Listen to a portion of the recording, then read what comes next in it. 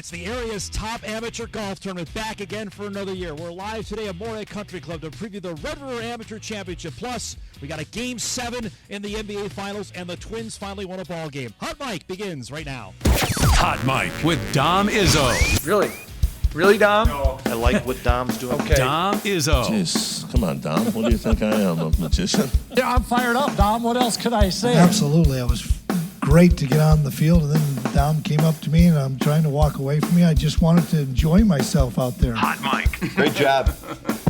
There's got to be some kind of intelligent question about something. Coach Dom Izzo, WDAY in Fargo, North Dakota. Can you give me a layup or something? Hot Mic. Presented by Northwestern Mutual. That program is second to none. On the networks of WDAY. You know, if it's not about sports, I find it very hard to concentrate.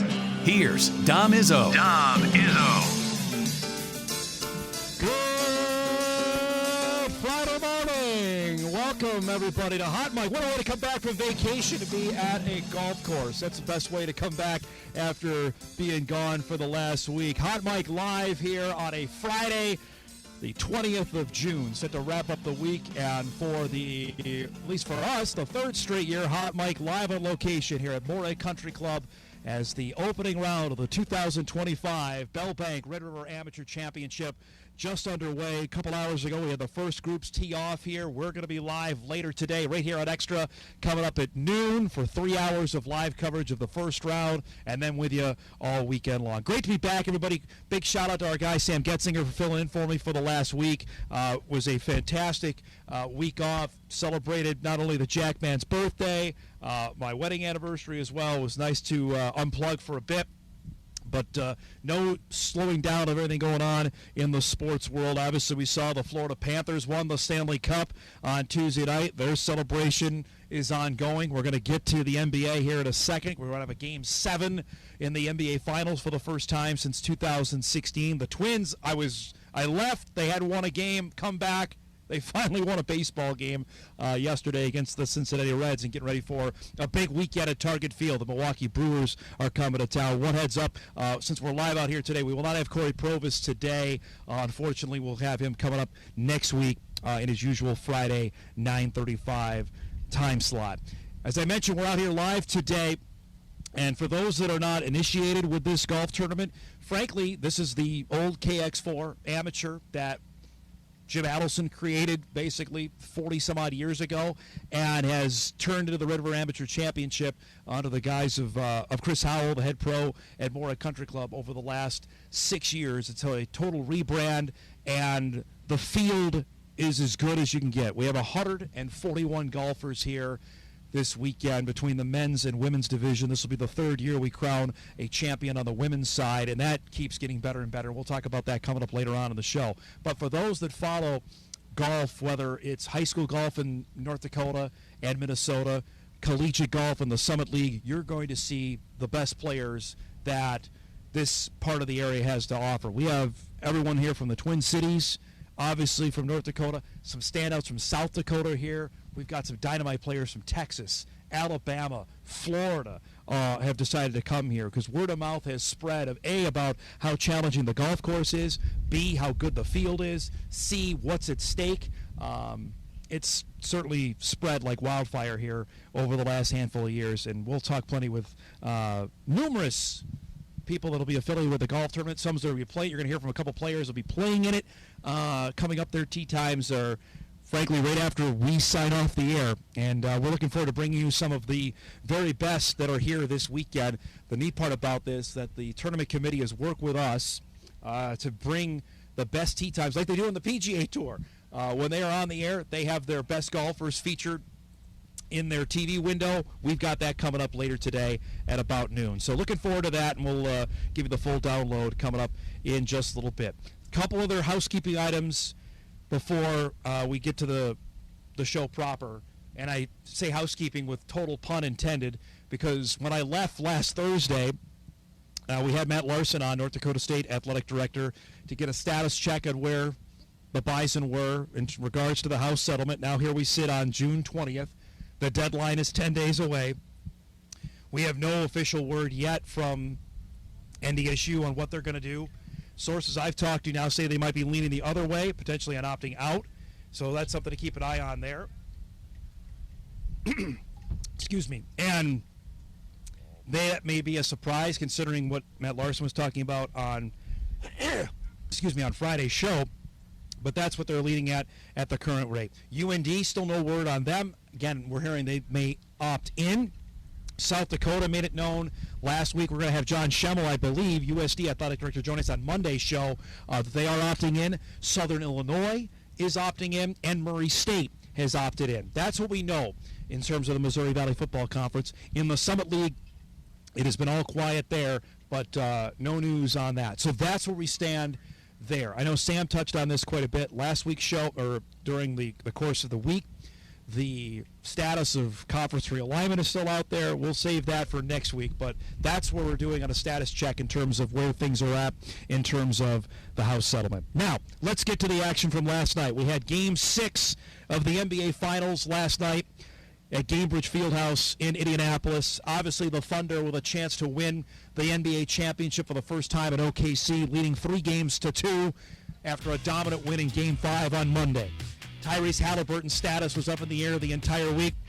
Of course, you knew he was going to play, and boy, the Pacers came out and ripped the lid off of this game as soon as tip-off happened. They got up, actually fell behind by 8 early in this game, and then they made OKC turn the ball over just a ton, and Shai Gilgeous-Alexander had the most turnovers he's ever had in his NBA career, and the Pacers were making threes in bunches.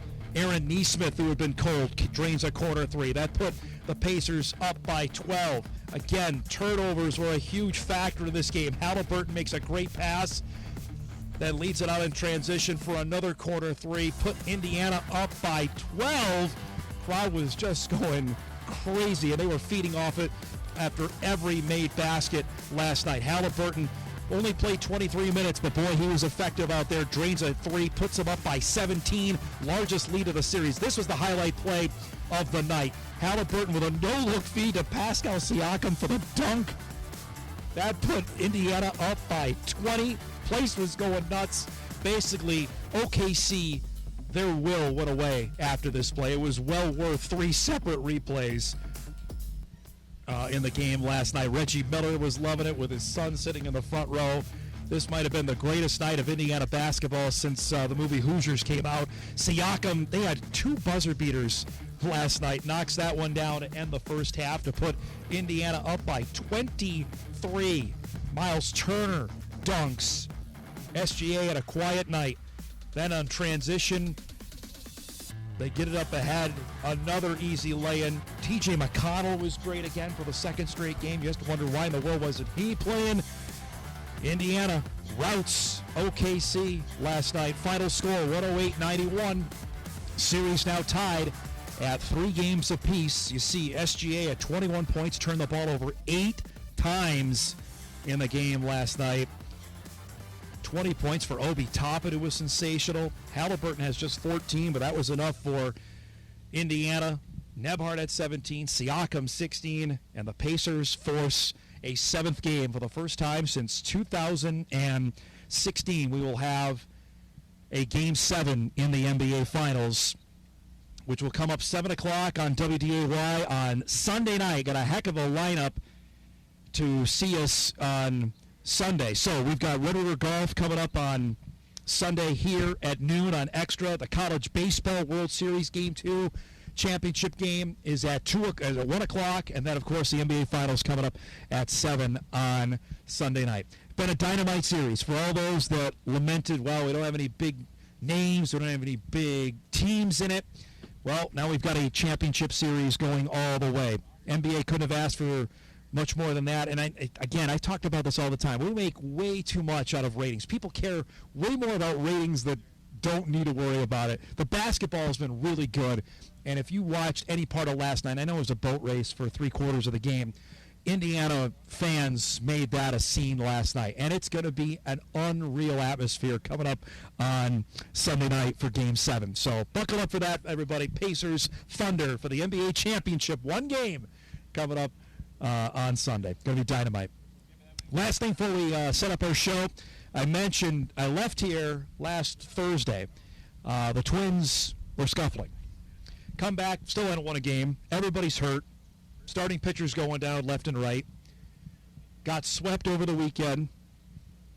Lost the first 2 games of their series with Cincinnati, and the Reds are just okay. They're just over 500 in what's been a ultra competitive National League Central.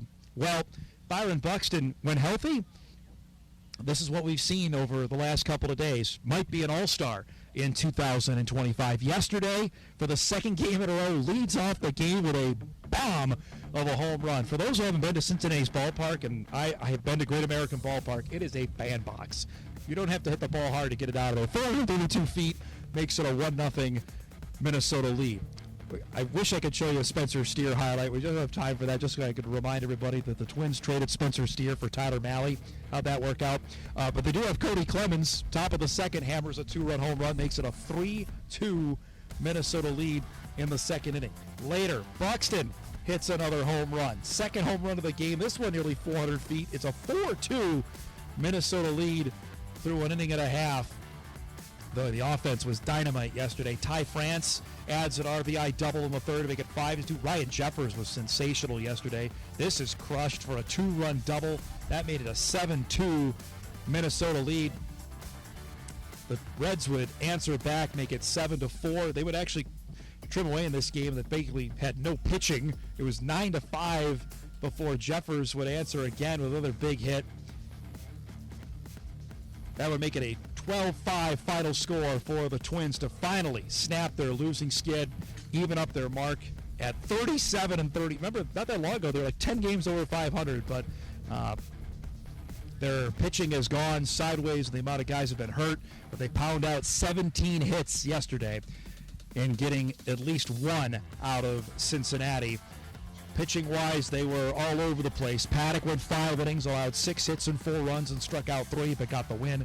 Varland, Sands, Colum, Jackson, Justin Topa worked yesterday. So a win, stem the tide for a bit, back to 500, knowing full well that the Tigers are coming up at the end of the month. I did miss that over the time I was gone, that the Twins got selected for a Sunday night baseball game against the Detroit Tigers coming up. Again, as I mentioned, Interleague Baseball at Target Field tonight. The Brewers come to town.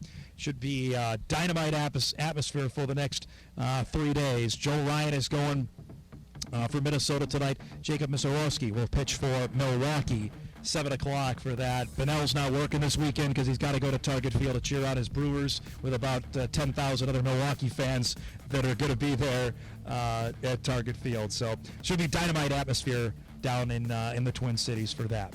We have a packed show coming up for you here today. Really excited about our show lineup. Goose Howell, I might have to pay rent for him. He's been on the show so much. He'll join me just a few minutes to give us an update on the course. Obviously, with the heavy rain last night, we'll see how things are shaping up out here. Of course, we've got some heat and humidity coming our way this weekend. We'll see how that affects things.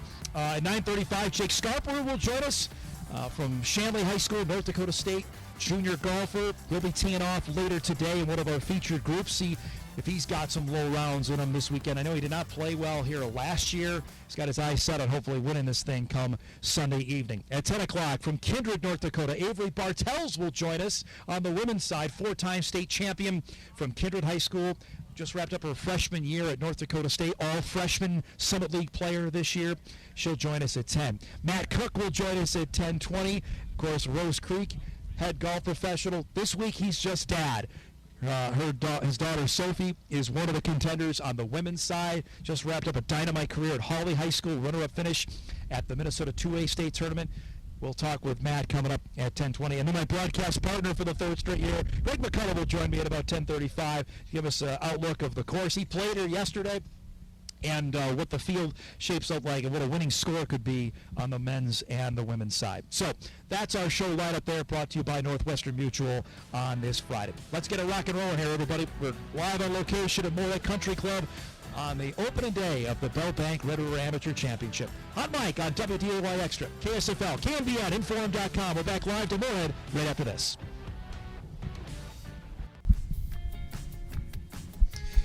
Welcome back, everybody. Live on location at Moorhead Country Club for the opening day of the Bell Bank Red River Amateur Championship. Of course, our live coverage begins at noon on WDAY Extra. We just had a dream scenario where nobody could hear me. That's the best thing anything could ever happen in my 20 years working at WDAY. It's great to see Goose Howell. Do I have to start paying you? You've been on the show like 3 times. Yeah, I don't know what the rate is, but I'll take whatever. If it's 2 pennies I can rub together, that'd be great. Okay, best thing is we could see that big yellow ball in the sky. The sun is out. We had obviously some rain come through. You've been out there. How did that affect the course this morning? The course held up pretty well outside of hole 13. Hole 13 we just always struggle with any wet conditions, so we will have to play lift, clean, and place in your own fairway on that hole today. But everywhere else seems to be handling the rain just fine. Okay, here it is. D-Day, we're here. Tell me the preparation. You played it yesterday. The excitement now that we've had our first wave of golfers go out. Is now you can put your feet up now after preparation? Thankfully, I got a really, really good staff, and we've done this enough now. I was just talking with Scott Sinner, our chair of this event, and I was like, I'm not really doing anything right now. I feel like I should be doing something or going somewhere to find something to do, but everybody else has got everything just kind of on lockdown, and I can just kind of wander and check in and sit here and be on the mic with you. This is, I know, the preparation started basically when we were done here last year. Describe the field. I know you talked with Sam about this on Monday. We got a player Alabama, Texas, Florida. Obviously, the upper Midwest is well represented. That the word of mouth keeps spreading about coming up here in the middle of June. Yeah, I think those guys that are coming from somewhere else have a great experience out here, and they start telling their buddies, like, this is an event you got to get on your calendar, put it down, and then, we just reach out to pretty much any coach in the nation and try to get it on their radar, too. And the field continues to, I can't say grow because, we're capped out again. I would say get deeper and stronger. Like, the field is, there's 100 players on that list that could win this thing this weekend, which is awesome. We've got some former champions mixed in there, certainly on the men's side. We're going to have a new champ on the women's side, which is a neat deal because Isabel Lynch decided to turn pro. That's why she's not here this year to defend her title. Yeah, it's really cool. I called her personally. I was like, we'd love to have you back. She's said, I can't do it. I'm turning pro right after I graduate. We loved your event, and good luck. Yeah, and she was dynamite. I went back and watched earlier this week, Goose, of her final round. I don't know if we got full appreciation. She shot even par 72 to win that thing last year on Sunday, of how that round will go down for a while, how good it was, what she did last year. Oh, it was unbelievable really what she good. did last year. It was tight going into Sunday, and she just kind of slowly distanced herself the entire way. Ben Welly winning it last year, Moorhead kid. I think he had wanted to win this since he was about 18 years old. How popular of a champion? You were here for all the festivities last year on that Sunday night. How popular of a winner was he? So you start to see there's a lot more fans and spectators coming out, caddies everywhere. But when you look at like size of groups following players, Ben's was by far the biggest. I would say his was 2 to 3 times bigger than anyone else. I felt like there was 30 people following his group at any time, if not more. Yeah. So I think he was a big-time hometown favorite. Give us an update here. We're out of the course. I know one of the holes, the 7th, is going to play shorter for the women this year. It's going to be a par 4. Any other changes that stand out from viewers that have watched in the past years? They're going to check it out here over the next 3 days. No, we'll continue to play. The men's is a par 71. Hole number 1 will be an opening par 4, and then the only difference this year is the ladies will play up as a par 4. So each for gender will be 71 then for par this year. Yep, 71 this year. Describe that change and just what here we are on Friday. I don't know what the weather's going to be come Sunday at 6 o'clock. What do you think a winning score could be for each side this year? When you get right now the course is soft. Yeah. Greens are fantastic. So when you get this caliber of player, soft is good, right? Because they can land it where they want to. Ball doesn't roll out too much. So, 10 under last year was really good. I don't know if anybody's going to ever touch what Josh Galvin shot a couple of years ago. Crazy. I would say if you can get it to 7 or 8, you got a really good chance of winning. And then on the ladies' side, I'm saying it's probably going to be right around even par. We got some really good women's golfers that are here. Describe that of keep growing that division to a spot where what number would you feel comfortable say, okay, we capped out on the women's side? Yeah, we've had this conversation a lot. The goal is 60. We'd love to get to 60 women for the event, and I don't think we're far off. I think in a couple of years we'll be there. We've had a lot of help from Bell Bank really pushing that to really grow the women's side. So it's great to have partners and sponsors that really want to push this event to where we want it to be. I think your last tee time today is what, about 3:45? Yeah. How late could you honestly go if you decide to do that to make sure? I mean, we're at the latest part of the year, obviously, right now, that you could get 18 in. Yeah, so we would still have the same 180 total players is where we cap it. It would just be a different look. We'd be at 120 men and 60 ladies. Okay. So the men's field would have to shrink to get to where we want the ladies' field. You have 2 cuts on the men's side as well. Describe that thought process of making sure you got the top 60 guys that are playing here on Sunday. Yep, so day 1 we cut to top 100 in ties, and then day 2 we'll go to 60 in ties. And it just, I like the added stress, right? You're not guaranteed 2 rounds of golf. Right. You're definitely not guaranteed 3 rounds of golf. But you're starting to separate players early this way. I look at it here, especially on the men's side, the groupings, and I appreciate that you guys working with us, and we got some of the highlight pairings that are going off when we're on the air today. I look at a guy like Sam Baker, who plays at Florida Gulf Coast. He's a Cloquet kid. I think he finished in the top 12, I want to say, last year. That's a guy we may not know that we may know come Sunday night. Yeah, I would guess he'll put up some birdies today, and from what I heard in the Red River 2-man, he made a lot of birdies yesterday, so there could be some fireworks out there. Look, if you look at through the Summit League all-conference team, not just Bison, there are Jackrabbits on there that are here, and that is really interesting because obviously SDSU was well represented on the women's side. That's now come over on the men's side. You know, it helps their coach plays. You know, yeah. Parker Edens, their coach plays, really which I think he really pushes his players to be in this event because he knows the quality of field in this. It's a lot like a really big college golf tournament, and that's what he wants them to be doing in the summer. I see you got Nate DeZiel over here doing the official starter role. How does that work for him? You know, I don't know. He might be getting the itch really bad to get in some events, but he does such a great job with everything he does out here. You just kind of give him an idea and let him run with it, and it's awesome. Him and Ian Simonich won the 2-man yesterday. Back to back. Yeah, how about that? And describe the level of golf that was going on. You were part of that yesterday. Yep. That was like. Greg and I tried to turn back time there for about 1 hour. We didn't fully do it, but it's fun to make the shootout. The golf was so good yesterday in that shootout, and it was really fun because Ian and Nate defended their title, won. But the more fun part is Ian's younger brother Joey was also in the final 2 groups going into hole 16 on the last hole of the shootout. Nate happened to almost loop one for a 1, and it was over after that. For our viewers who are going to watch Goose here over the next couple of days, give us a hole or two. I know this is your course. You love all 18 of them. But what's one like, there's going to be some action, some fireworks here over the weekend? You know, the start of the alley, number 11, there's always some action. Short par 3, short par 4. Saw a hole out there from hole out last year. So you end up with all these players are going to end up with a wedge in their hand if they drive it well, and there's an opportunity to get it closer. Obviously, make one, but that green is a little bit bigger than this tabletop, and it's easy to turn it into a bogey or worse if you miss that green. That slope there too, especially you guys are nasty where you put the pin on some days. Yep, that can roll right off. We saw at Oakmont last week at the U.S. Open. I don't think we're quite that fast or quite that diabolical. Our rough is definitely not the same. So they'll be able to control their golf ball a little better here than the guys had to at Oakmont. You mentioned we got another video board that you've added over here as well. It's right over here, we got correct? the second Jumbotron set up just by the putting green. So we'll get that thing going here pretty soon. Nice.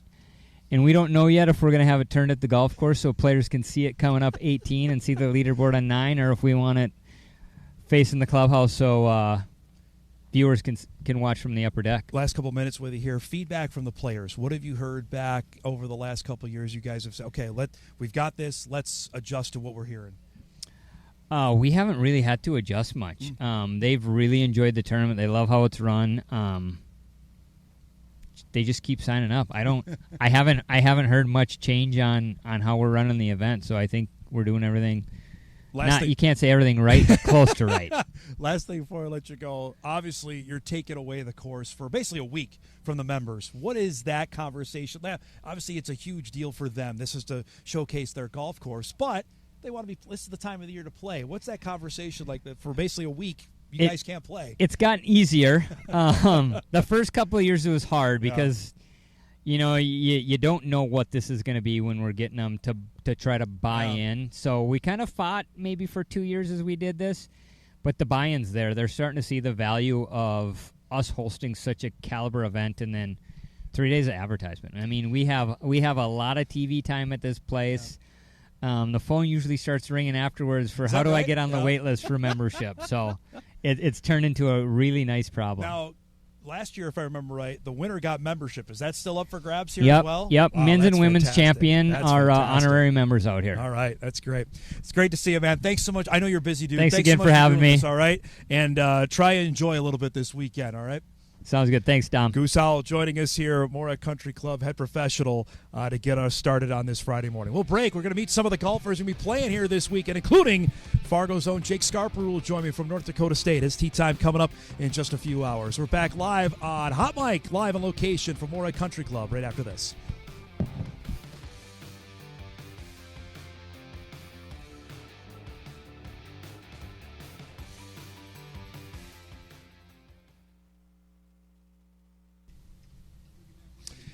Welcome back, everybody. Hot Mic live on location on this Friday morning at Moorhead Country Club, getting ready for the opening round of the Red River Amateur Championship. Tee times got going here about 2.5 hours ago.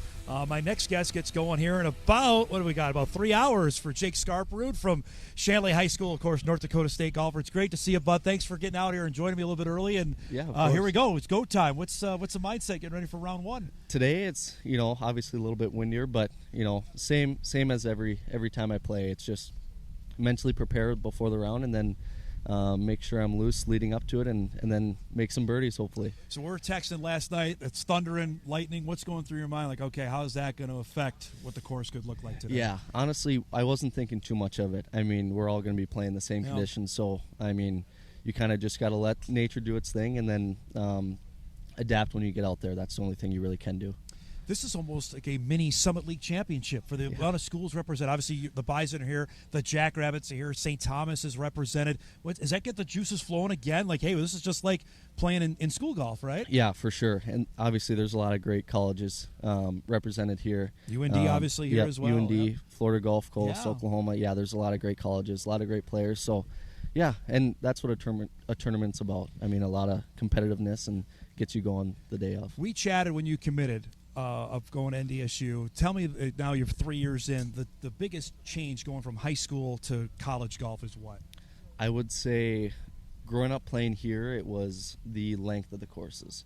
I mean, we play hard courses all the time, but I think the length and how well good players hit from like 5 irons, 4 irons, it makes a huge difference when you're able to hit those irons well.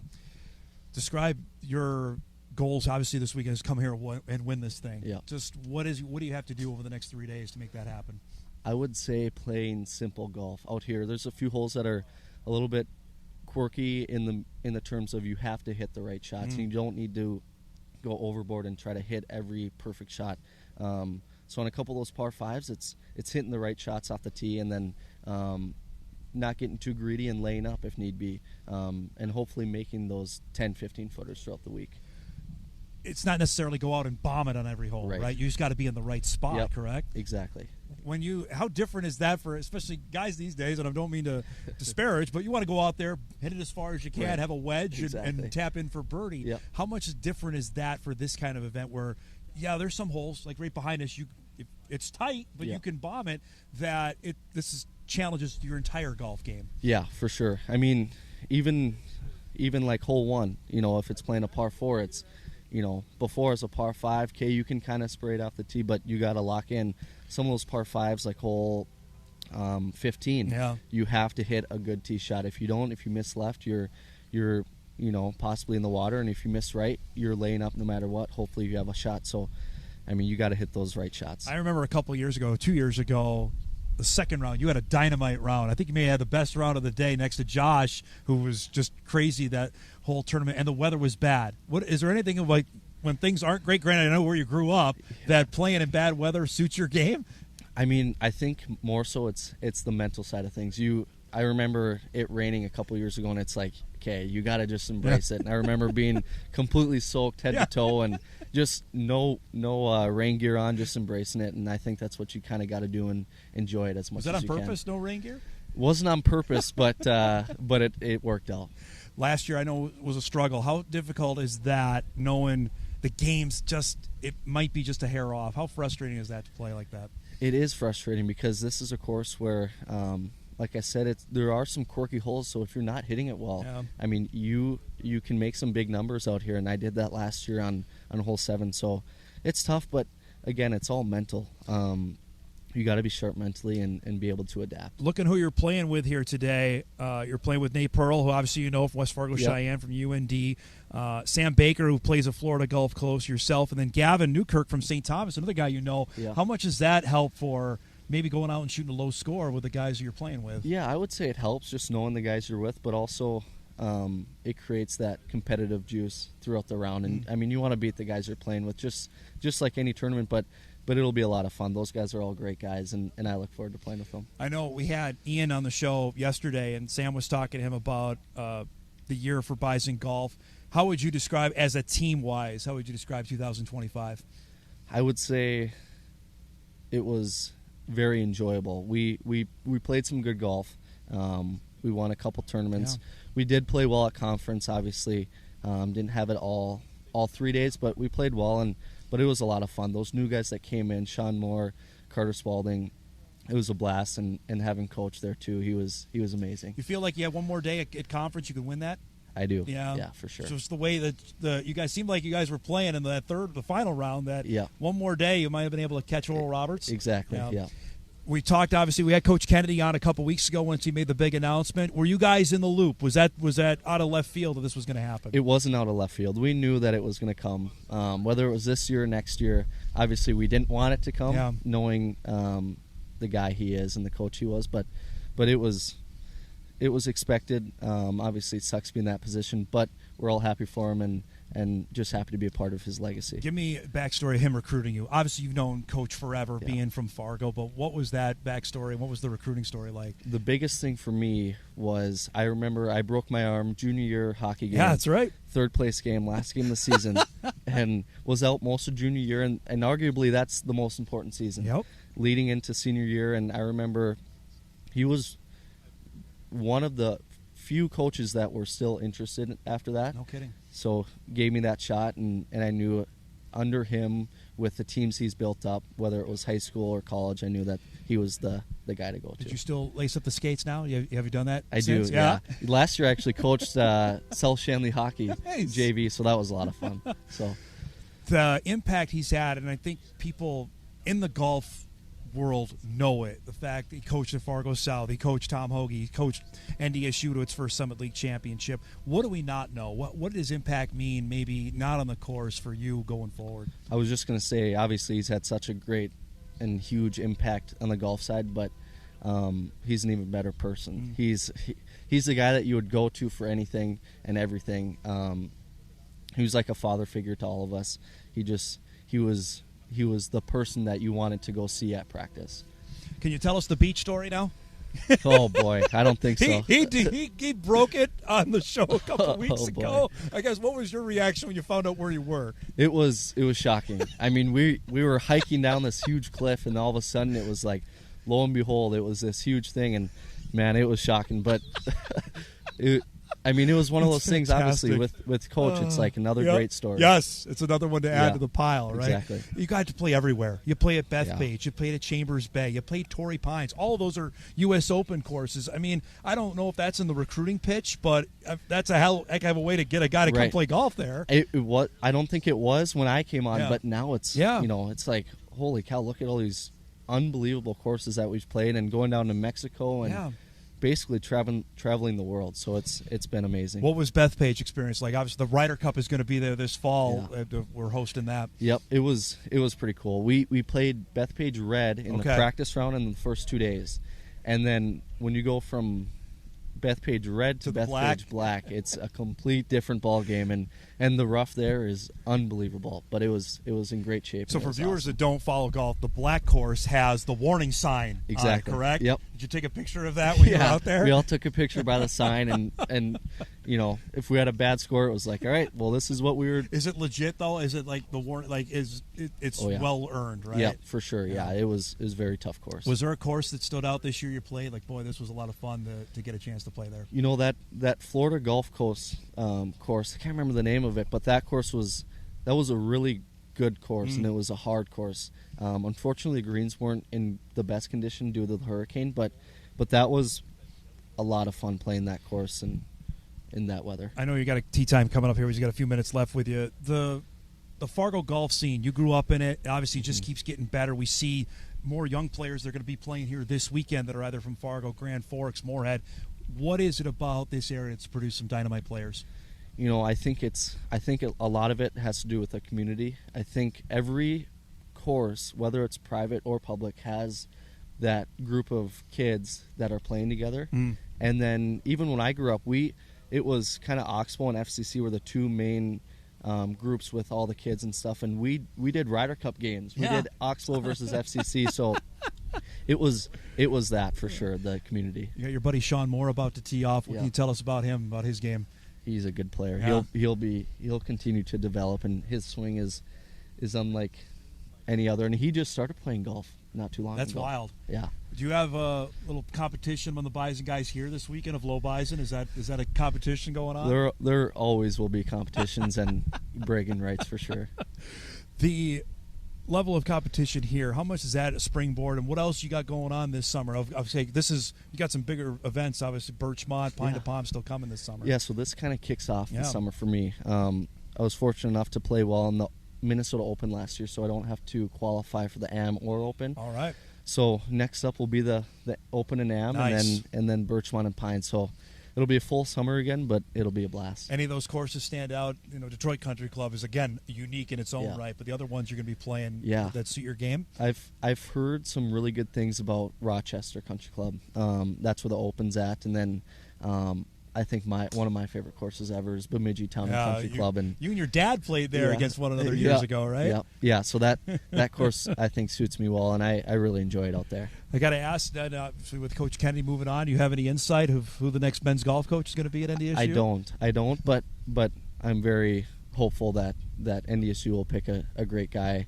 Obviously, you can't replace a guy like Kennedy, but good things to come. I'm interested, Jake, knowing obviously the lion's share of attention these days, college athletics, doesn't matter where, football, basketball, certainly the case at NDSU. How much are you following what's going on with either the House settlement or NIL? Like, I know that more lion's share is going to go to football or to basketball. But there are colleges now that are cutting golf programs, that are cutting track programs. Is that scary right now? It is scary, but also at the same time, golf is such a huge thing. Even though we only play 6 months out of the year, it's such a huge thing around here, and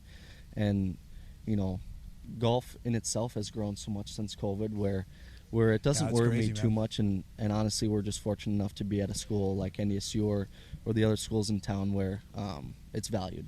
The investment in it is different, right? I mean, obviously you have the indoor putting green inside the shack. You guys have the indoor facility. How often are you pounding balls in there? Yeah, we go in there all the time, and we practice every day in the IPF, the football facility, and that's helped tremendously. And then also, our simulator and putting green, all of us are up there every day, and it's fun. Are you in there when the football team is working out, and how does that go? Yep.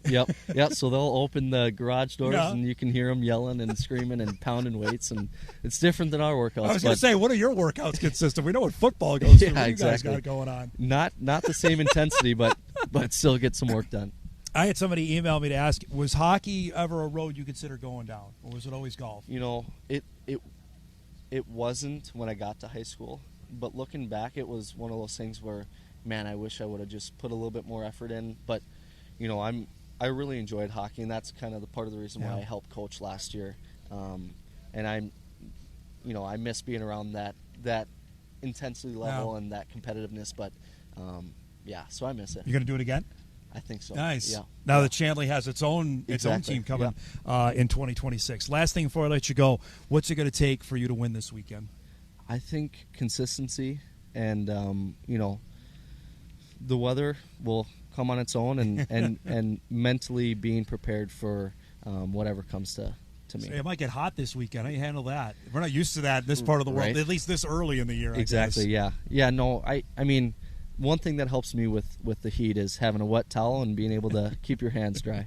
It's great to see you, man. Thanks for making time for us, especially playing today. Have a great weekend, okay? Thank you. Appreciate Great to it. see you. Jake Skarperud joining us from Shanley High School, North Dakota State junior golfer. You'll see him as part of our featured coverage today. Goes off at 12:25 this afternoon. We'll break. We'll come back. We'll wrap up our first hour. We're live on location here at Moorhead Country Club. Hot Mike back on WDAY Extra right after this.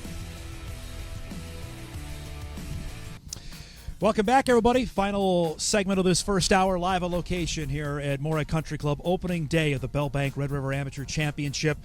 We've got about, I'd say, 12, 13 groups on the golf course. Next group coming up here in about 8 minutes here. And then the first women's tee times will come up after the top of the hour. We're going to visit with Avery Bartels from Kindred, North Dakota, coming up here in about 10 minutes. She'll be part of our featured coverage on the women's side. Right now on the men's side, Gannon Walsh is the low man at 2 under par through 6 holes. Jacob Wilson at 1 under with Zach Skarperud, Jake's brother, at 1 under as they're getting ready to play the par 4 7th. So conditions are not necessarily super low, but that's what we got right now that's out on the golf course right now through the first, I'd say, 7 or 8 holes on this opening round. Again, we've got the highlight players coming up. Defending champion Ben Welly, you'll see coming up right when we hit our the air at noon later today. Rylan Petrie from Fertile Beltrami High School, North Dakota State first-team Summit League player, coming up at about 12:15. Nate Pearl from West Fargo Cheyenne, UND standout golfer. He'll go at 12:25 with Gavin Newkirk, who finished in the top 10 last year, and Jake will be part of that group. That's all coming up later on here today. All right, we mentioned it off the top of the show, and just saw Jay Bartley from who leads NDSU's Green and Gold Collective to update things on where we got everything college athletic wise since the last time I was here. Pretty much is all different. I mentioned off the top of the show, and for those that didn't hear me, I'll say it again. 3 schools in the Valley Football Conference have opted in. Murray State is in. And that's basically, we know now, for their baseball power, but also for basketball. Southern Illinois has opted in. That's 2 that have their basketball housed in the Missouri Valley Conference. And the University of South Dakota is in. Their AD, John Schemmel, is scheduled to join us on Monday. It's been an interesting week for him, trading barbs with the Sacramento State president on social media. We'll deal with Sac State coming up later on next week, as their application for FBS was, I wouldn't say denied, but it certainly took a hit earlier in the week. So of the Valley football schools, we know 3 of them are in. Now, earlier this week, I was told the Valley presidents and ADs met. They decided not to set a scholarship limit.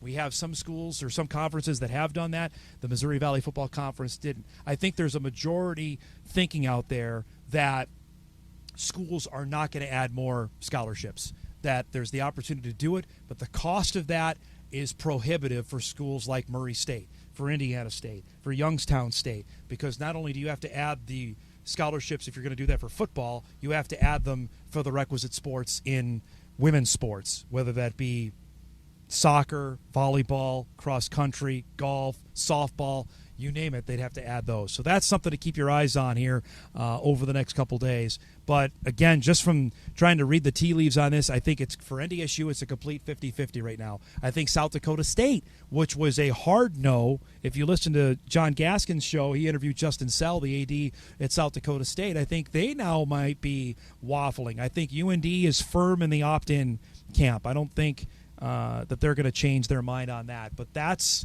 the latest on where things sit there. As far as what we're hearing on realignment news, the big yesterday, earlier this week, was obviously Sacramento State's application being basically denied of moving up as an FBS independent. They did leave the Big Sky. We knew that was probably going to happen once they wanted to take football out of there. I don't think there's anybody crying tears that Sac State is gone. The intriguing part is, does the Big Sky go and add one of the Utah schools that the Summit League was trying to go get, whether that be Utah Tech is basically the one out there, because they're not going to have a reunion with Southern Utah.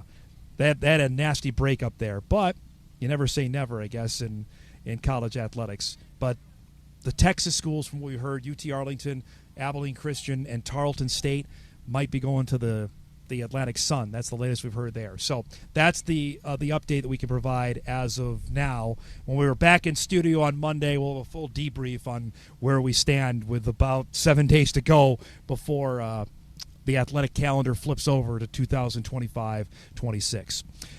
That'll wrap up our first hour. Big second hour on tap. You'll hear from Greg McCullough, Matt Cook. Also, Kindred's Avery Bartels will join us. She's teeing off in about 90 minutes here in the opening round of the Red River Am. Back on Hot Mic here at Moorhead Country Club right after this.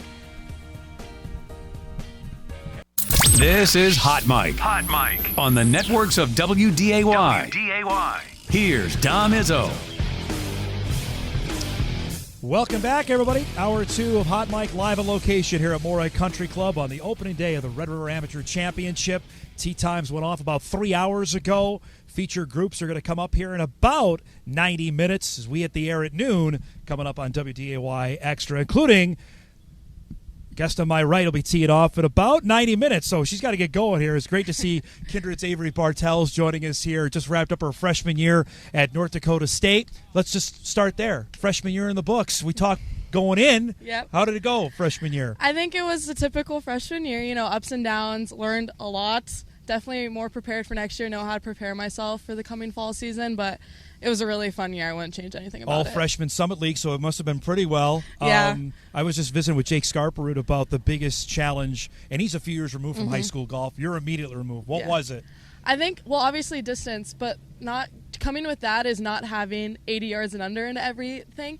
I mean, par 3s are 6-7 irons because they're making it on purpose. You can't reach par 5s in 2 anymore. No. That was the biggest change for me, was I can't be as aggressive on par 5s. Me and my coach had to talk about that. I can't just hit a hybrid and 3-wood into every par 5. I have to be more strategic, and that was another big challenge, was a lot of strategy based, because courses down south are much harder than the ones up here that we play in school. So definitely a change in that. Be back here. I know you've played this event the last handful of years. Obviously, since there's been a women's division, you've been part of it. Yeah. It keeps getting bigger and better. I was visiting with Chris Howell about this. It's almost like a mini Summit League championship, because you're going to have plenty of players that are going to be here this weekend. I know, that's exciting. Yeah, I'm the only woman who's playing it every single year, because Becca Cheddar and Greta MacArthur weren't playing it in this year, which is, I'm sad about that. But it's crazy how many Summit League girls are here. I mean, there's 5 St. Thomas girls, I think, a couple Bison, and then SDSU's always here. They always show up. So I mean, it's really awesome to be able to compete with them during the summer, because I only really get to see them in the Minnesota stuff. So it's really fun to get to see them kind of in my hometown. When you see them, obviously, Summit League Championship, you saw them in Arizona, which I'm going to get to that in a bit, because that's pretty cool. You got to play there. What is that like, knowing, okay, I know this person's strengths. I know what part of her game, that's something that I'm going to have to account for. Yeah, I think it's just cool to, see how different they play the course, because Isabel Lynch, the girl who won last year, she hits the ball a mile. So it's kind of cool to see how different she played it strategy-wise compared to, how I would play it. And then Catherine Van Regen's one of the most accurate hitters I've ever seen of the golf ball. So seeing her play is just fun in general. So it's really cool to see different styles of golf play this course. How much has your game changed from, if I were to ask you this time last year to now? What's the biggest difference? I think my biggest difference is being comfortable with my mistakes. I think I've gone better at accounting for my mistakes, taking them as they come, because they are going to come, and getting myself out of situations but not putting myself in harm's way while doing it.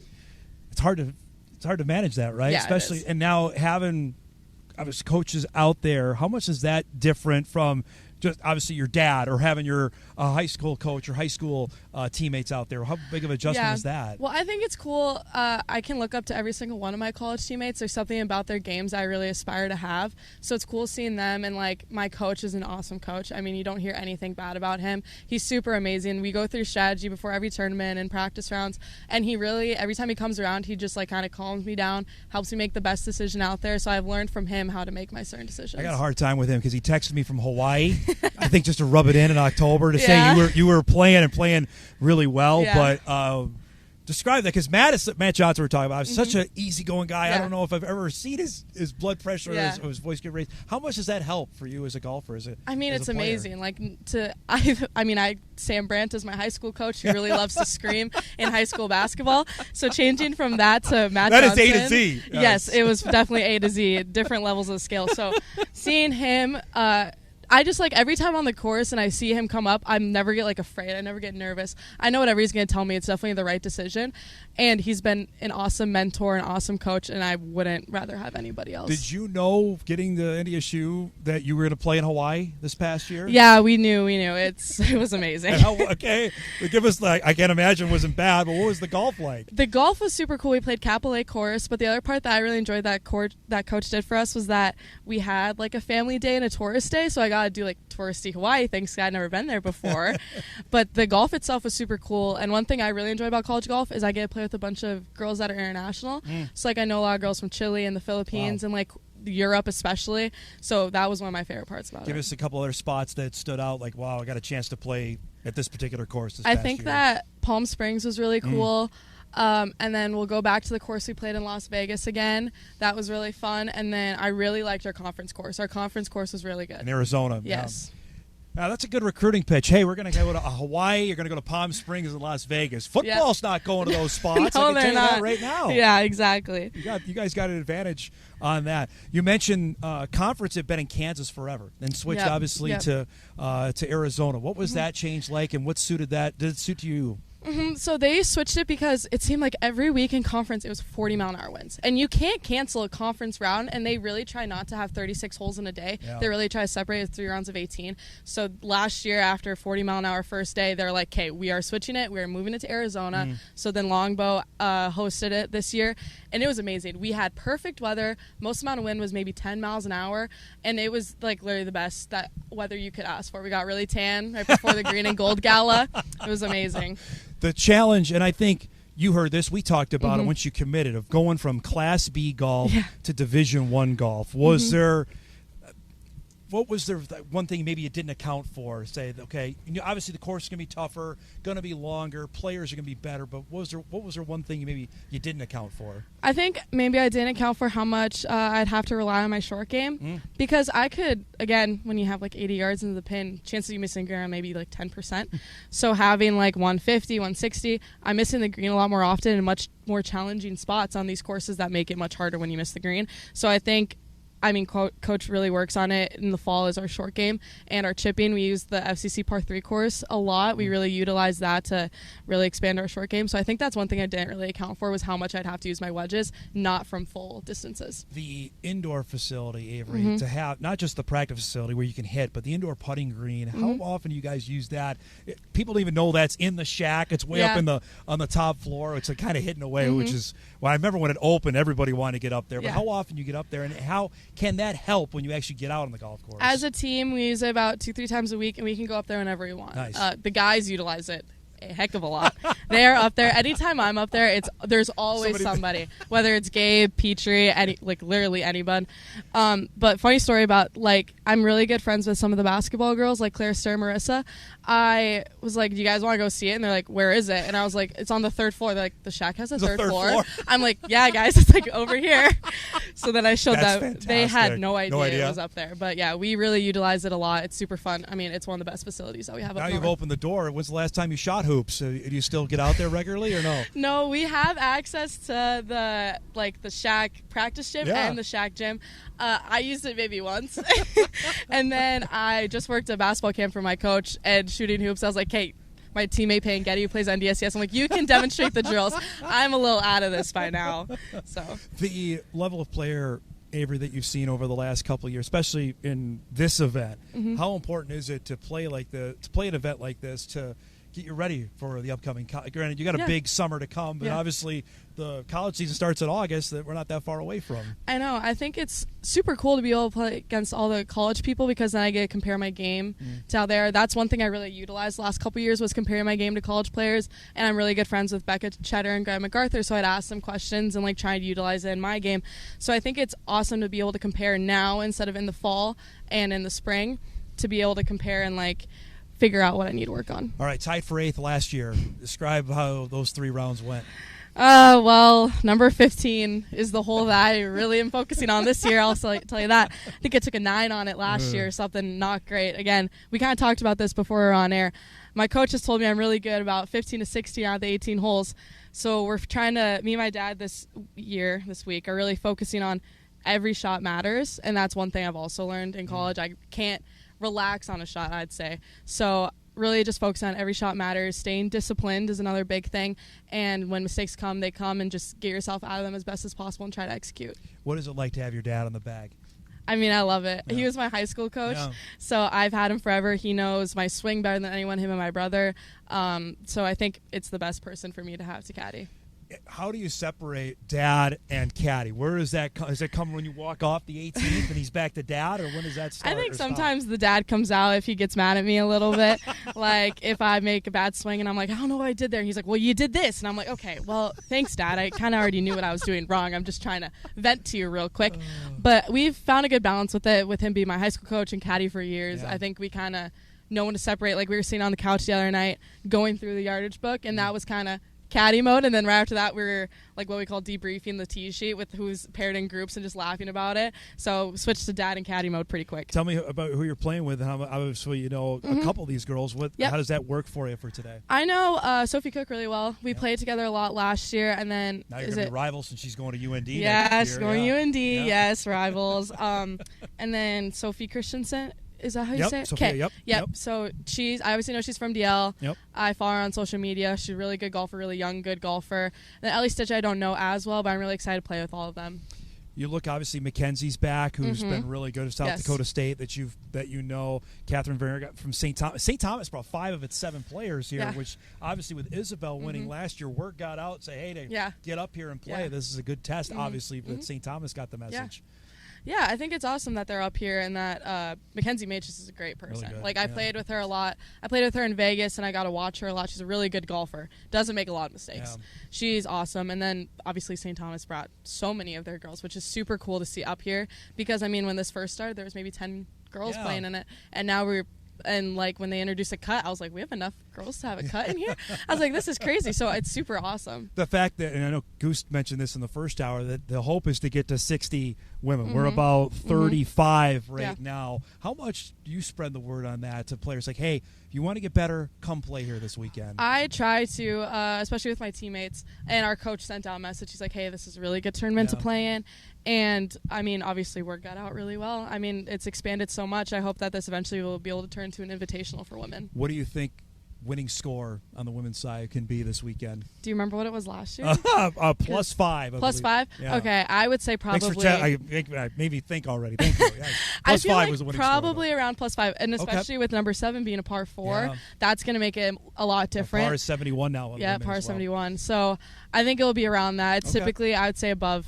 It's going to be above par for sure. So today, I mean, looking at, I'm assuming you followed the weather last night. Have you thinking, okay, is that going to change things greatly when you saw the storm roll in? No, I don't think the storm's going to change much.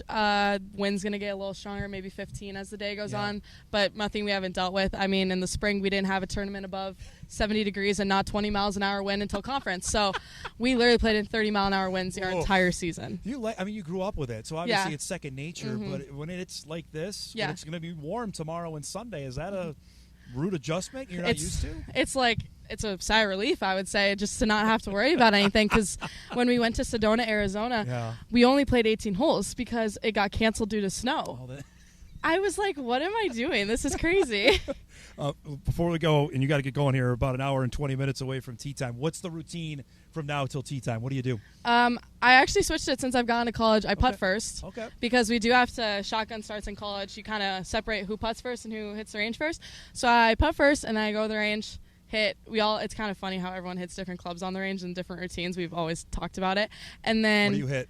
Well, I go 58, pitching wedge 8, 6, my hybrid, my 7-wood, my 3-wood, and my driver. I hit a lot of clubs compared to some of my teammates, but I hit a lot less shots with them. So that's the difference. There you go. But then I'll go I have to hit 3 really good drives in a row, and I'll go back to the putting green to hit just 3-footers, and I'll go to the tee. So it's like basketball. You got to hit 3 shots before you're exactly. done, right? Yeah, that was me. In basketball, I had to make a right-handed layup and a left-handed layup before I could go. I asked you this before, but I'll ask you again. It's going to be interesting if it's changed. If you have to play one hole, like if you have to play this hole behind us with one club, what is it? If I had to play 18 with one club, I'd say my 5-iron because you just got to hit straight.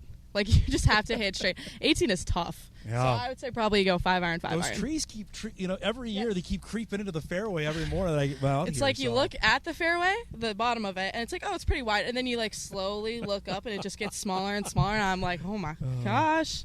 So it's great to see you. Thanks so much for doing this. Good luck this weekend. I know you're going to be featured on TV. Say hi to your parents for us, and thanks so much for doing this. Okay. Thank you, Dom. Avery Bartels joining us. You'll see her later today. She'll tee off at 11:35. Part of our coverage that starts at noon on WDAY Extra. We've got about 45 minutes left of showtime. Much more coming up here from Moorhead Country Club as the opening day of the Red River Amateur Championship. We're back on Hot Mic right after this.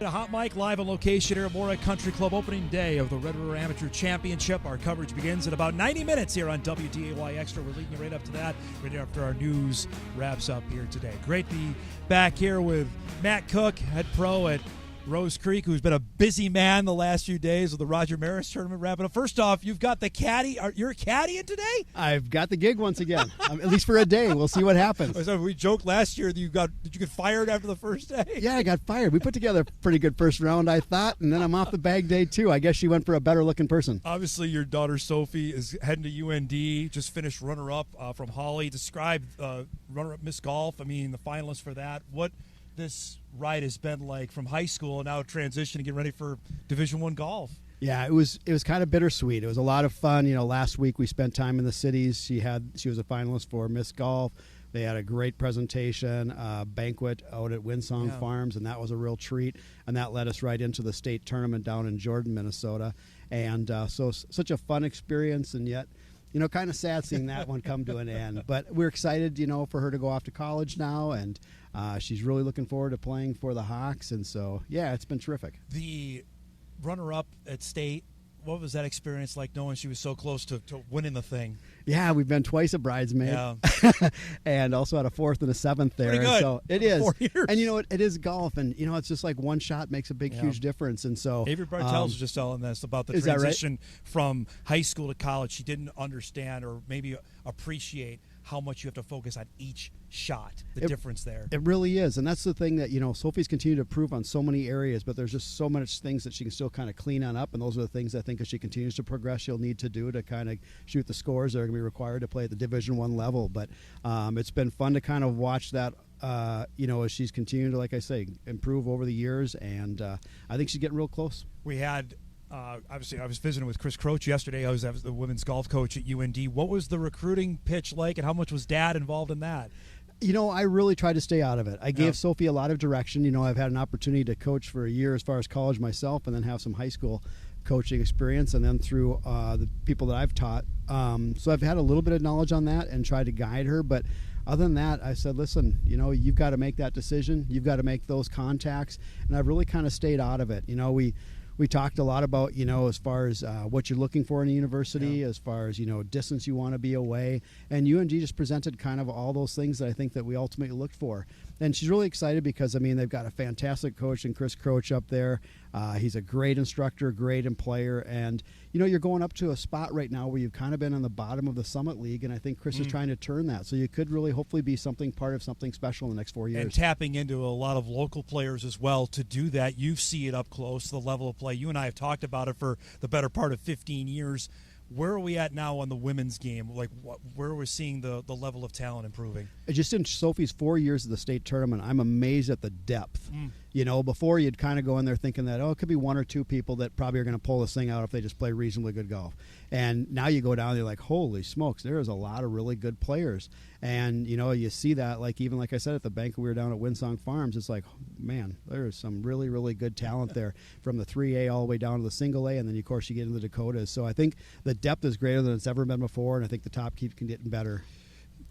we were just visiting with Avery about, obviously her dad is going to be on the bag as well. So how do you straddle, you've done this obviously quite a bit, of being caddy and being dad. Where does that line stop and start for you? It's we just have a good time out there. Yeah. We really do. I don't make a lot of decisions on out there. In fact, actually, suggestions or no? Is that... In fact, a couple of suggestions I made last year at this tournament, she went the other direction. But you know what? Ultimately, she's the one that's got to hit the shot and live with those decisions. Yep. And so, but more so, it's just fun to just try to keep it loose and just be part of the whole great experience. That's the other thing about it. Obviously, there's the competition, but how much is this just a great bonding experience for this weekend for you two? You never get, you watch your kids play junior golf all this time, and it's always been, keep your distance, stay away, don't say anything, and so it's different, being right on the bag and having a chance to share that. And so that is really, really kind of a fun experience. I just had a chance. We were down in to play the match play this past Monday, so it was one more time to kind of carry her bag, and so that was a ton of fun as well. So no, it is a good experience. You have been part of our broadcast over the last couple of years to see this event grow. And the KX was great and went for a while, and now how Goose has kind of transformed this with the committee. Where have you seen this now really take hold? Where we've got dynamite player, we got Alabama, Texas. I mean, we have Florida represented here, Cookie, over the next couple of days. The talent is amazing. This is truly becoming one of the regions, if not even the tri-state area, is one of the greatest tournaments, I think. It's I'm hoping that continues to spread and grow, both on the men's and the women's side. I mean, the women's side especially, it's crazy to see the growth and the talent coming there. So it's so fun to see. They've done such a great job over here. It's a great venue. And I look forward to another exciting tournament. All right, winning score this weekend. What do you think? Men's last year, Ben was 10 under. Isabel Lynch was 5 over. What do you think for this year? I haven't looked at the weather forecast. I think we're supposed to get some warm temps. Yep. Hopefully it's not be too breezy, but I could see something very similar. Some great talent once again this year. And so I think for the women's game, I think you're going to have to probably be not much above par. And for the guys, I don't know if double digits is going to have to shoot that to win this sucker, but it might be close. I don't know if we're ever going to see like what Josh Galvin did a couple years ago, right? I mean, 14 under was crazy. That is really, really good, yeah. But you know what? As this thing continues to grow and they get more and more people on in, you might see some of those. Now, you've been a busy man. Obviously, the Roger Maris tournament golf event was going on yesterday out at Rose Creek. You got, are you now best buds with Kevin O'Connell? Did I hear? Is that accurate? I had an opportunity to get introduced to him, and we talked just for a little bit. KOC was here yesterday. Yeah, he's a wonderful man, and he's not a small one either. I can't believe how tall he is. Holy moly! Joel Vettel came on down and said, "I'd like to introduce you to Kevin." I look up and I'm like, "Wow, guy's a skyscraper." But no, he was terrific, and he was great with all the people. I mean, he must have signed hundreds of autographs, and so the day was beautiful weather. Golf course is in nice shape, and so everything went well. To have that as well, where Rose Creek's been a part of that for the last, I can't even think how many years of where that tournament has ebbed and flowed, but now it seems like, much like this, it keeps getting bigger and better. Yeah, Sanford has taken a big role in that recently now, and they've done a fantastic job. And we continue to fill the event, both the Edith 9-hole event that we have in the morning and then the 18-hole event in the afternoon. And so it's been really, really good. It's a fun tournament to look forward to. And now in late August, now we're hosting the North Dakota Open, which is going to be another big one. So we're just starting to we got a lot of corporate events still to kind of get through, but then it's kind of ramping up and get ready for that one. That'll be another. So I was going to ask you about that change, obviously going from FCC to you guys, and what does that do, for it's a busy weekend. You want to get people out there. I was just talking with Goose about this, like, hey, probably for a week we can't have our members play. Have you had that conversation yet? Oh, yeah, that's a lot of. We went through a lot of that as far as those decisions and logistics and everything else before we said that we would, take this on. But I think it's going to be a really, really great event. I mean, we hated to see that leave Fargo. It's been a special event. I think it's a great one to have here. It's a great tournament. Yeah, and so we're excited to host that. Mark Johnson, my longtime friend, he said he would stick with it, stay on that committee, and help me on out. He'll never leave that. I can't imagine. Not if it's going to stay at Rose Creek. I won't let him. And you look at the laundry list of guys that have won that, Cookie. I mean, we're talking from Tom Hoagie, Dave Kane Hansen. There are names that have gone on to play professional golf. That event needs to stay. in Fargo, and I'm glad it's going to. Yeah, I believe so. And, we're a pretty good spectator course, so hopefully we get a lot of spectators out and kind of following that. Everybody's kind of saying, well, what are they going to shoot out there? That was my next question. And I don't know. It'll be really interesting. We're not going to do anything too stupid as far as to trick things on up. We'll try to put together a nice test for them and see. But you know what? If someone goes out there and shoot 59, how cool would that be? Be fantastic. That leads me to my next question, because watching, and I was talking about this on the show last week, and I love watching major golf and seeing the U.S. Open last week of how it played out. And I think the winning, what J.J. Spawn was 1 under, right? That was the winning score, I believe it was, which is crazy. Made the putt to win it. Do you like seeing the golfers be turned mortal? I don't like seeing 30 under par. I don't like that every week on the PGA Tour. But I also don't want to see them scuffle like I would on a Sunday. Where do you sit on that? I love seeing home runs. I love seeing lots of touchdowns. I like seeing lots of goals in hockey. I like seeing birdies and eagles. Yeah. The old Augusta, when you kind of had the aiming corner where a lot of electricity could happen, it's turned a little bit. I don't mind them firing some good scores. I don't need to see who's going to gag the least down the stretch to win it. But that being said, I have no problem as far as to play a really good venue like they did at Oakmont and having it be tough. That's great, and I enjoy that as well. Official for letting Sam Burns hit out of that spot. I mean, what is that? Yeah, that's tough. What are you doing? I don't know. You can't do that. But the fact that the guy made a 60-foot putt to win, I mean, that's pretty good stuff. That was really good. That was fun to see him. He's been out there for a while, and he's had a couple close calls, and so this is super. Last thing before I let you go, for your routine today, are you just like whatever Sophie needs? Like, what's your plan for today? I'm just living in Sophie's world. I just, what is it? You keep up, shut up, and I can't remember the other one. So no, we're just gonna have a great time. It's gonna be a lot of fun. Hopefully, she plays well. If she doesn't, we'll still go home and have dinner together and have a good time. So it's great to see you, bud. Thank you very much. Thanks for having me. Stay well out there, all right? Great to see you. Matt Cook joining us, Rose Creek Head Pro, obviously Sophie's dad. You'll see him on the course. They can't miss him here with the green of UND out there. Of course, that's where Sophie's going to be playing college golf next year. We'll break and come back. My broadcast partner, Greg McCullough, will sit in and will get us ready for our coverage coming up in about 90 minutes here on WDAY Extra. Back on Hot Mic on this Friday morning right after this.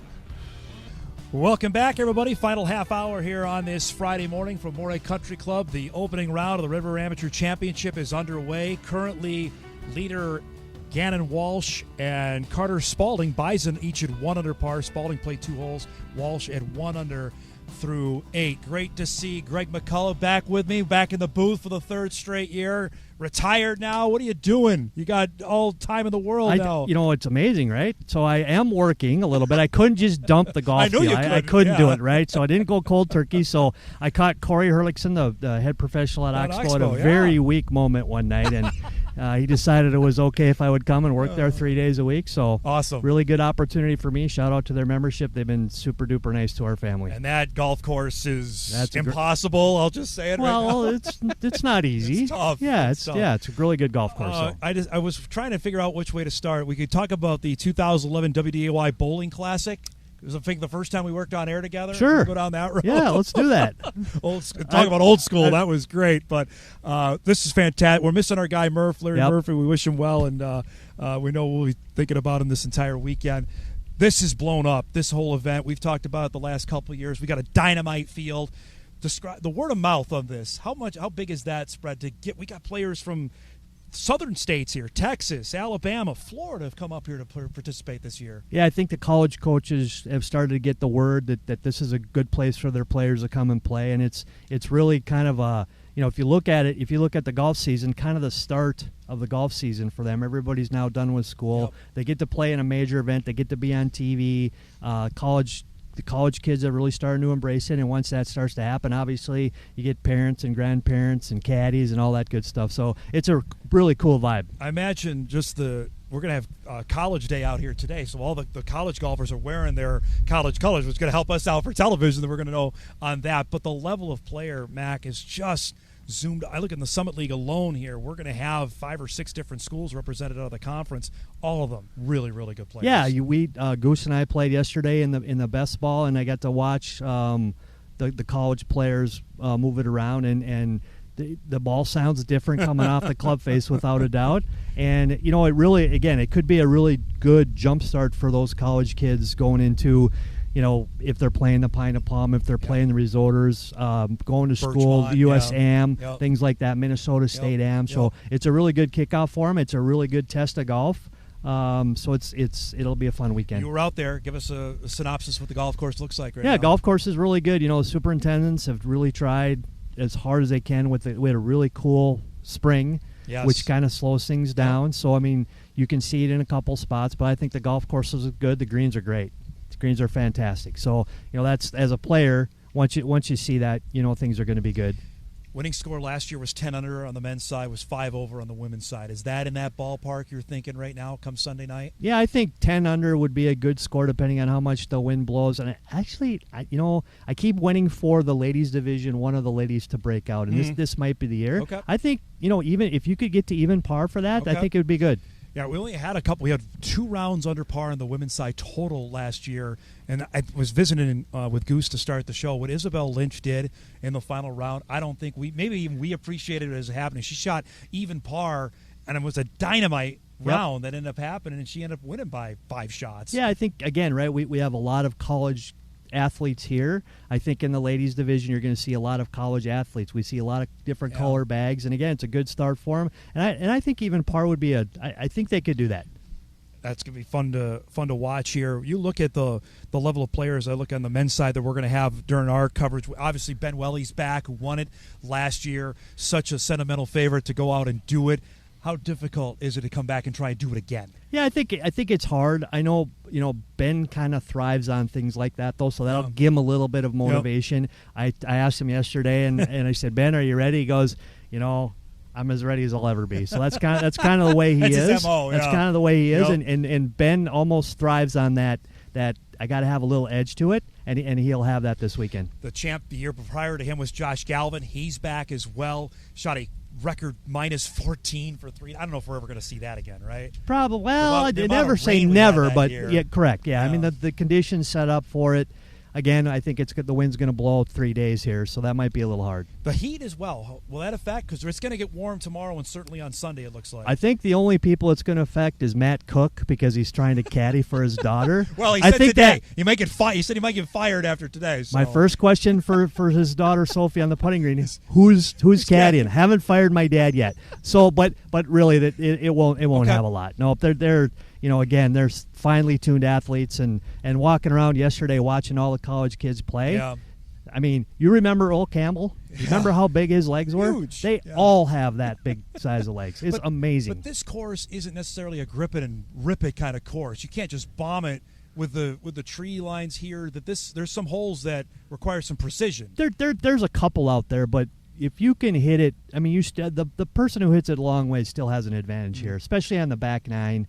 The par fives, the long par 11, 12, 13, 14, and then 15. Yeah. But other than that, I think length is good. It's funny. We saw, though, like 15 bit some of the guys that were in contention last year, maybe trying to make something happen and goes haywire. That we could very well see again. You can certainly see that on the back nine in that spot. If you're trying to catch up. If you're trying to catch up, but you also have an opportunity to kind of risk it and maybe catch up a little bit. Or make Eagle 3 or and make Eagle launch 3. yourself into it. I look at the last two, 17 and 18. 17, we saw Nate Adams hole out last year from the fairway that you put it in the fairway, you got a chance to make an easy birdie there. This one, with the way the trees creep in, that you got to be straight off the tee or else you could set yourself up for a big number. Yeah, you got to hit it straight. But if you do, these players will have a very short wedge in there. So if you get it in the fairway, you'll be good. It's really even though 16 is a scary par 3, 16, 17, 18, you could go 2, 3, 3 and make a big jump. So if you're trailing, that's where you could see yourself for sure. come back and potentially Absolutely. win this thing. We're looking for some drama on the men's side. Yes. Because the men's side we haven't had any. That's years, correct. Yes. Where it's been runaways, which that goes to the testament of obviously how well Josh and Ben played the last couple of years. But we'd like to see some shot making happen on the back. You'd like to see a little SDSU, UND, NDSU grudge match coming down the end. Speaking of that, to have those guys say, hey, you know what, other teammates, you know what, if you didn't play, come play it this year, and they're doing that. Yep. The word of mouth certainly spread where you've got some Summit League rivalries are going to play out here over the next 3 days. Yeah, for sure. Again, I think the golf course is good enough where college kids should come and play. It's in good enough shape, so they have a good time. College coaches have kind of, especially in the SDSU, they've kind of embraced because Parker's playing. Yeah. So I mean, if your golf it's coach pretty is cool. playing, it's kind of hard not to say no, I think right? you should be here. That would be wise. If you want to be in the 5 for the next tournament, yes. right? You want to go play in tournaments, you're going to follow me. And the fact of the matter is, the Summit League has dynamite players in it. When I look at the winning scores, I mean, Oral Roberts ended up winning the Summit League Tournament Championship. I know you follow that as well. Yep. The level of players is crazy. Yeah, crazy what good. Shooting is crazy. Yeah, and they in my opinion did a good thing. They moved it. Yeah, to, they did. They moved it Yep. to Phoenix, so they're going to get good weather to showcase what these athletes can actually do. It's your do. best tournament. Correct. You don't want to be playing in. No offense to Kansas, No. 45-mile-per-hour Correct, wind, and that's what you're going to. Yeah, that's what you're going right? to get there. So yeah, the scores there were very low. I look at it as well with maybe the wind blowing. Certainly for the players up here, how much is that an inherent advantage that they grew up in it, they play in it, they know it. Yeah, I think playing in the wind at a young age helps you a lot.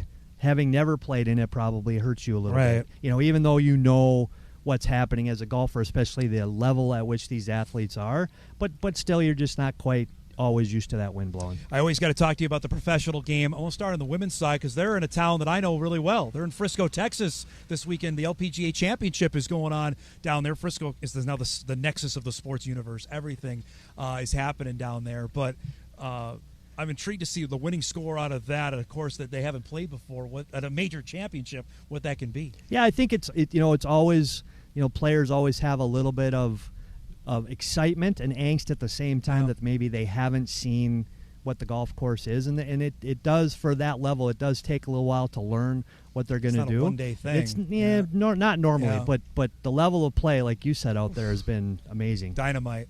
U.S. Open just wrapped up. Give me your 36,000 foot view of what you saw at Oakmont. I think it was awesome. I still miss at least 5 trees on the golf course. Oh. Well, that's the thing. Like I went back and watched the '94 Open, and this isn't the same golf course anymore. And I that's architecture in this day and age. That's what everybody's doing, and the turf conditions for the superintendents, it makes it way better. The golf course setup, I was glad to see. It was tough. Some actual hard stuff, and for me, when the week starts and players are whining, that's perfect. 5 inch, that's perfect. And I know it's hard for them because they really haven't had that for such a long period of time. I thought it was great. I thought the ending was unbelievable. So it showed great drama at a great place. Were you surprised they decided to come back and play, knowing the amount of water that was on the course after the rain delay? Yeah, a little bit, but there's so many things connected to that, as you know. Television obviously is one of them too. Exactly. So you have to try to do it if you can. They don't want to finish on Monday. Nope, not at all. If Spawn didn't make it, the playoff wasn't going to be because they were running out of daylight on Sunday. Yeah, and again, schedules just make it so hard. You want people there. You want people there. Sign up. They're Correct. flying back home. Exactly. That they don't want. I mean, NASCAR goes through that all the time. If there's a rain out, there's nobody there for the race on Monday.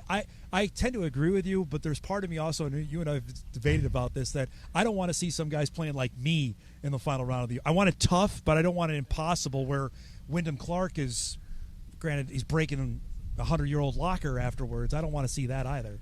Again, for 1 week out of the year, I think it's great. I think that's that. Again, I'm old, right? But that's the way the U.S. Open should be. And the fact it's next year is Shinnecock. Shinnecock is also impossible. Exactly. Like we could see 5 over par win next year at the U.S. Open, and nobody would bat an eye at that. I only say that because the Travelers is this weekend. And the winning score is going to be, 25 under par, probably. Exactly, right? The complete opposite. I'm following Tom Hoagie's year. Tom has had another really, really good season. Just missed the cut by 1 shot at the U.S. Open. I think he missed the cut by 1 at the PGA as well. He's in position, though, to be in the top 30 again, make the Tour Championship, which is another dynamite. I mean, I don't know if people understand how difficult that is. People do not understand how difficult that is. I mean, I've said this a lot. That's the best story we have. It really is. I mean, it really is. I mean, they throw 40, 23-year-olds at the tour every year. And Tom just says, that's okay. I'm still going to bring it. Right? I'm actually going to make more money this year. The level of courses, too. And he told me this, and I know you've talked to him about it, that he's been out there enough that now he knows where to hit it. Exactly. He knows, okay, I know exactly on this hole where I need to be. That only comes with doing it for as long as he has. Exactly. I mean, you know the golf course, your comfort level changes, and that's a big deal. And places that he likes to play, you get some confidence. And with that level of athlete, confidence is huge. This is tough to gauge because there's some guys, I know Nate DeZiel went and turned pro. Out of these guys, how tough is it to say, you know what, I want to give pro golf a shot? Very, very hard. You almost have to kind of get lucky. I mean, and because the fields are so deep, and they're only going to get better. So you know, we've always ever since I've lived here, we've always tried to tell kids, you got to go try to do it, right? Because you're going to regret it. Yep. You're going to find out really fast whether you like it, because it's your job, right? Yep. Now it becomes, you know what? I don't have to go do anything, or I can go practice for 8 hours because somebody's practicing for 8 hours. Somebody's doing it, yep. Right? Yep. And the levels of fields are good. So it's hard, but we keep cheering for him. It's great to see him, man. I can't wait for this weekend. I love it. It'll be a blast. He's going to carry me for the next 3 days, and we appreciate his time. Greg McCullough joining us, former Edgewood Head Pro, will be with me here in the booth over the next 3 days. We're going to take our final break. We'll come back. We'll wrap things up and get you ready for a great Sports Friday and get you set for all of our coverage coming up here from MCC. Back on Hot Mic on this Friday morning on WDAY Extra, KSFL, KMBN, and Inforum.com right after this. All right, wrapping things up here on this Friday morning from Moorhead Country Club. Appreciate our entire engineering staff, everyone making our show happen, everybody back at Master Control, and, of course, back at WDAY. We'll be back in studio on Monday. We'll recap everything happening out here. We got more and more people out on the golf course. We're getting ready for the 11 o'clock tee time. Avery Nelson, Jaya Grube, Bryn Rorick, and Claire Jamieson. Claire's another golfer from, I believe, from Texas that'll be playing here as the premier groups will be teeing off in the next, I'd say, half hour to 90 minutes. You'll see all of them coming up on our coverage. And, again, a reminder, we're on today beginning at noon to 3 on WDAY Extra. Tomorrow we're on from noon to 5. And then Sunday we hit the air at noon, and then we wrap it up when the trophies are presented. We're with you until we have a champion crowned on both the men's and the women's side. It's a great deal, and I'll just humble brag for a bit for what we're doing here. This is a huge endeavor. And I've said this a couple times over throughout the year, so you'll indulge me for a minute, that what we're doing here is akin to what we did at State Track, but this is spread out over an entire golf course. We've got cameras everywhere. I got a camera right over here to my left at the 18th. Got a camera over here on the first tee. Got a camera over here at the 9th green. We're going to have fixed cameras everywhere on the golf course. So if you're tuning in, you're going to see it. You're going to see our leaderboard right up there on the screen that constantly. You're going to see the players hitting the golf shots. We continue to evolve our coverage, at least that I've been involved. This is my third year involved with it, and it keeps getting bigger and better, and we're really looking forward to what's going to be a dynamite day out here on the course. And you'll see names players that have played here over the last handful of years, whether that's been in contention here, local players, high school players that you've seen featured on our newscasts, or, of course, on Hot Mic. You're going to get to see them here over the next couple of days, and that's really exciting. Right now, we can update things on the men's side. Currently, on the golf course, Gannon Walsh is leading at 2 under par. He's through 10 holes. Carter Spalding, who plays at North Dakota State, is 1 under through 4. Those are the only 2 golfers so far that are under par. And on the men's side, we've had over 60 golfers tee off. They got started at 7 o'clock this morning. So no matter what the rain was yesterday, the conditions and the course are still biting back right now, that there's only 2 players under par. On the women's side, they only got started about, I'd say, an hour ago. Sophie Brantner is currently the leader at 1 under, with Gabby Olson even, and Anna Huddle at 2 over par so far, updating on the women's leaderboard. And we'll keep our eyes on that. Obviously, we had Avery Bartels on the show earlier. Got to figure that she's going to be in contention somehow, some way when this event gets going. And we're looking forward to following that over the next 2 days. Other big events, obviously, we mentioned the NBA Finals. We'll wrap that up on Monday. We'll know an NBA champion. We may know a college baseball champion as well. Coastal Carolina and LSU we're going to play. That begins tomorrow in Omaha. It's a best of 3. Tomorrow night is game 1. Sunday is game 2. That's on WDAY. And if necessary, game 3 will be Monday night to wrap up the collegiate baseball season. I got a lot of people that have messaged me that Coastal might be the underdogs. Coastal's won 20 games in a row. They haven't lost since April. I'm not sure how much of an underdog they are, but that is probably the highlight sporting events taking place over the weekend outside of everything that's happening off the away from events. That's what's going on. All right, we do it each and every day. Let's do some what to watch before we wrap things up here on this Friday.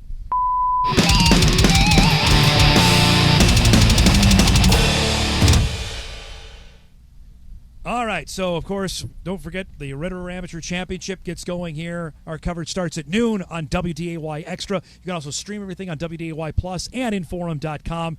Don't forget as well, we're back with you on Saturday at noon and Sunday at noon. All those coming up here on WDAY Extra. Also going on, we mentioned the Minnesota Twins are in action tonight as they take on the Milwaukee Brewers to open up a 3-game set there at Target Field. Joe Ryan will pitch today. We'll see if he can keep his Diamondite season going. 7 o'clock on Twins TV for that one. There is other golf today. You can turn that on after we're done. The Travelers Championship gets going 2 p.m. on the Golf Channel for that second round. Tom Hoagie was even par through the first round, so we'll see how he does today in round 2. And the Gold Cup, I know Sam gave everybody the Gold Cup discussion earlier in the week. Guatemala and Panama coming up 9 o'clock on FS1. The Americans won last night against the Saudis, so the U.S. is on to the knockout stage in the Gold Cup. They'll play one more preliminary round game before wrapping up. We got to get out of here. Thanks to all of our guests today, to Goose Howell, Avery Bartels, Jake Skarperud, everybody making this happen. Enjoy our golf tournament coverage, everybody, and we'll see you back at studio on Monday.